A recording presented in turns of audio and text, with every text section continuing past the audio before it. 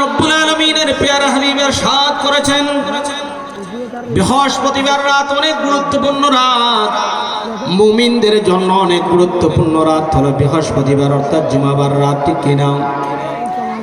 আজকের এই রাতে কোনো মানুষ যদি আল্লাহর দরবারে দরুদ শরীফ পাঠ করে, নবীর দরবারে আল্লাহর নবীর উপর যদি দরুদ পাঠ করে, আল্লাহর নবী রাহমাতুল লিল আলামিন বলেন ওই ব্যক্তির 100টা প্রয়োজন আল্লাহ রাব্বুল আলামিন মিটিয়ে দেন। সুবহানাল্লাহ। কয়টা প্রয়োজন? 100টা প্রয়োজন আল্লাহ মিটিয়ে দেন আজকের রাতে দরুদ শরীফ পাঠ করলে। আজকের রাতকে দরুদ শরীফের রাতও বলা হয়েছে। সুবহানাল্লাহ।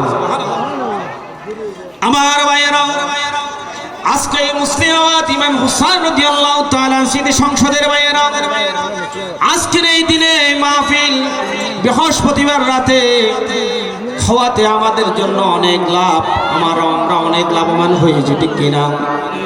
আমার নবী রাহমাতুল লিল আলামিন বলেন বৃহস্পতিবার রাত এটা এমন গুরুত্বপূর্ণ রাত যে বৃহস্পতিবারে আমি নবী রোজা রাখি। সুবহানাল্লাহ বলেন। আল্লাহর নবী রাহমাতুল লিল আলামিন বলেন আজকের এই রাত বৃহস্পতিবার দিনে আমার নবী সব সময় রোজা রাখতেন। অন্য রাওয়ায়াতে এসেছে সোমবারও আমার নবী রোজা রাখতেন। সাহাবায়ে কেরামরা জিজ্ঞেস করলো, ইয়া রাসূল, সপ্তাহের মধ্যে 7টা দিন আপনি কোনোদিন রোজা রাখেন না, সোমবারে রোজা রাখেন এবং বৃহস্পতিবারের দিন রোজা রাখার কারণটা কি ইয়া রাসূলুল্লাহ? আল্লাহর নবী রাহমাতুল লিল আলামিন তিনি আমাদের আদর্শের মডেল।